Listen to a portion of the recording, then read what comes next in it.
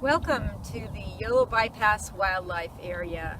We are standing next to one of the pump stations, which you can see behind me, water pump station, and we're doing a part of a video series for the Yolo Bypass Wildlife Area and Yolo Basin Foundation. My name is Martha Lenahan, and I have been a water lawyer here in California for over 30 years. I'm retired now, and I'm enjoying being a volunteer for the Yolo Basin Foundation. The Yolo Basin Foundation has some fabulous programs. They do a lot of environmental education, as well as leading tours of the wildlife out here in the wildlife area. Today I'm going to be talking about the water rights associated with this wildlife area, and I'm going to start giving you a little background in California water law that governs all of the state and is particularly important in the wetlands context we find ourselves in here. Obviously, having a wetlands without water wouldn't do much. The waterfowl, the aquatic invertebrates, the plants all need that periodic inundation in order to survive. So California has a very interesting system of water rights. There are two primary water rights that I'm going to talk about today. I'm not going to address the multitude of more rare water rights, such as Pueblo water rights, federal reserved rights, and so forth. But the two primary ones are called riparian and appropriative. And I'm going to explain to you a little bit about their features because it's relevant to how the California Department of Fish and Wildlife, which owns and operates this property, can provide water for the wetlands when the wetlands are not being naturally inundated or artificially inundated with water from the Sacramento River system. Riparian water rights came to us from Britain. They really were a function of our being a colony originally, and they are water rights which are pertinent or tied to the land. So a riparian right is one that can be exercised, that is used on the land. They cannot be taken away from the land that is adjacent to the watercourse. So for example, here we have various natural and semi-natural watercourses that will have riparian rights, so water can be diverted into the wetlands and into the canals and sloughs, but you cannot divert that water and, for example, export it to Southern California or elsewhere. Riparian rights are interesting because they are not normally lost by non-use, so you can have water pumping occurring under a riparian right, stop using it, and then reinitiate the use of that right at a later time, and except in unusual circumstances, you will be able to retain that water right. They are also quite senior. The system of water rights in California is a seniority system. The riparian right typically dates back to the date of the patent of the property, the land to which the riparian right attaches. So riparian rights are interesting in that respect, and I would contrast them with appropriative rights because an appropriative right is one that isn't attached to the land. It can be transferred to a faraway location. Now, we didn't originally have appropriative water rights. They came into being during time periods such as our infamous gold rush.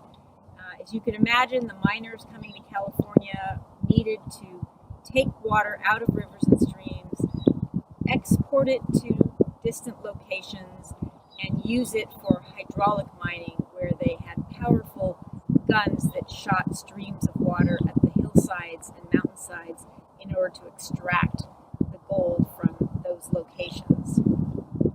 So appropriative rights came into being and are very important in the more desert-like western United States.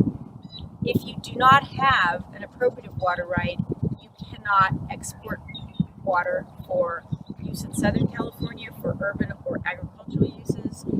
You really would be limited to that riparian concept, which again is using water on the land adjacent to the watercourse. Riparianism also brings some problems with it, because if you can stop using a water right and then reinitiate use, this may impact the volume of water supply available to others. When you think about a seniority system, what happens is those who are most senior in terms of water rights get the first call on whatever water is available. And riparian rights historically had no limit on their use.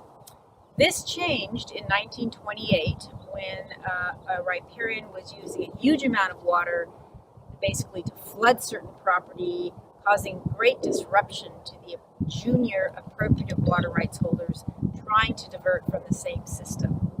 It ended up in an amendment to the state constitution, which now requires all water use, including that by riparians, to be reasonable and beneficial. Those are the magic words: reasonable and beneficial. So an appropriate water right, originally what you could do is go out and put the water to use, and as long as you used it consistently, reasonably, and beneficially, and did not stop use for a period of 5 years, in which case you would have lost the right by non-use, you would be able to establish an appropriative right. In contrast with the riparian right, when you acquire the property, or you may lease it, for example, for agricultural purposes or other purposes, you can exercise that riparian right on that particular piece of property. Appropriative water rights are now regulated by the State Water Resources Control Board here in Sacramento, and the system of regulation came into existence in end of 1913. Legislation was passed, so by 1914, what the exclusive means by which you could establish a new appropriative right would be by applying for a permit to the state, obtaining that permit, putting the water to beneficial use, and again, not doing non-use for more than 5 years, and reporting to the water board. As a result of this change, where we have regulation now of appropriative water rights, the more senior appropriative water rights that predate the regulation, we call them pre-1914 appropriative water rights, are more senior and have more security and are more valuable than post-1914 water rights in most instances. So, backing up for a moment, what is the definition of a given water right? Well, each water right has a point of diversion. Say this pump might be a point of diversion or rediversion. It has a place of use. It has purposes of use. Examples include municipal use, agricultural use, fish and wildlife, industrial use, and it typically also has a season of use. These things will be specified on a permit that's issued by the water board. For older water rights, there wasn't necessarily a written record, and so the features of the water right are established by the way in which the water right is exercised by its holder. In California, we also have a precept that the water rights are not owned, in fact, by the individual exercising or company exercising the water right, but the right to use the water is just that, a right of use, not an ownership right. The theory is that it's the people of the state of California that own the water, and the rights of use are granted out to companies, individuals, whoever needs the water. So that's a primer, if you will, about California water rights, at least the two primary forms of water right. Turning now to where we are, standing here at the Yolo Basin Wildlife Area, I think it's important to observe that this place was started with a very small amount of acreage. It was purchased by the state of a farm or a ranch that was used for agricultural purposes, and so when the state started to establish this wildlife area, it acquired land, and what came with the land was the riparian rights that are attached to the land. So the rights that are exercised out here are largely rights that came as part of a package when you acquire the land.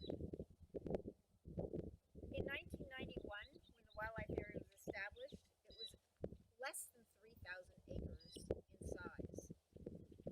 There have been several major expansions of the wildlife area. It is now 16,770 acres, over 5 times its original size. Again, those pre-existing properties, by way of example, the Glide Ranch and Los Rios Farms, which were acquired in 2001, came with water rights that were in effect inherited by the wildlife area. And they each have a seniority that came with them. The wildlife area and its owner, the Department of Fish and Wildlife, have not had to create or establish any new water rights. Now, this wildlife area actually has 8 different riparian rights, which are separately reported annually to the State Water Resources Control Board. It also has one appropriative water right, and that is at the South Fork of Puda Creek, which is a ways south of us here, and is a tributary that comes into the wildlife area from the west. The riparian rights are primarily rights that are exercised by diversion from the tow drain. The tow drain is a channel that runs from north to south, paralleling the Sacramento River, and as well the ship channel that are all along the eastern boundary of the wildlife area between us and what you see now, which is of course the city of Sacramento to the east. I'm going to show you a table which depicts each of these water rights and their individual features. You'll see the point of diversion, you'll see a volume or a rate of flow which quantifies the water right, and other features that are attached to the water right. I want to thank the Department of Fish and Wildlife for sharing this with us, because it illustrates the specific character of each of the water rights that is exercised in order to maintain the wetlands in good condition and inundated during periods of time when they're needed for the spectacular waterfowl and other wildlife here. The total volume of water that is used, at least in at least one reporting year, and this is probably pretty typical, is about 33,000 acre feet of water that is diverted. Now again, as mentioned earlier, in a state of nature, you would have overflow naturally, because this entire area was the overflow area for the Sacramento River before we established the existing system of levees and weirs. But with that system, which is a water control system that keeps the majority of the water in the Sacramento River channel, we've needed to exercise these particular water rights in order to historically irrigate for agriculture, and presently both irrigate for agriculture and flood up the wetlands for waterfowl use. So the purpose of use of these water rights is irrigation and fish and wildlife, and that is reflected in the reports that the Department of Fish and Wildlife makes annually to the State Water Resources Control Board. One of the things about appropriative water rights is that since they are not attached to the land that is adjacent to the watercourse, they can be exported to distant locations. The example I mentioned earlier was for hydraulic mining during the gold rush. Today, the 2 major water projects in the state of California, one the federal Central Valley Project, and the second the State Water Project, both employ appropriative water rights that are then exported to the San Joaquin Valley for irrigation primarily, and of course to Los Angeles, San Diego, other locations in southern and central California for use at locations far distant from where the water originated. In contrast, here at the wildlife area, exercising almost entirely the riparian rights attached to the land, it is a very local operation with water that comes from local sources being applied to the land for the irrigation and fish and wildlife uses. So that's a summary, not a complete and exhaustive summary, but a good short summary of the water rights for the Yolo Bypass Wildlife Area. And at the next video that we do on water, we are going to look at and discuss how is that water used? What are the ways in which it's diverted and then moved about the property, and how does that fit within the water rights that are held by the state for purposes of this wonderful wildlife area.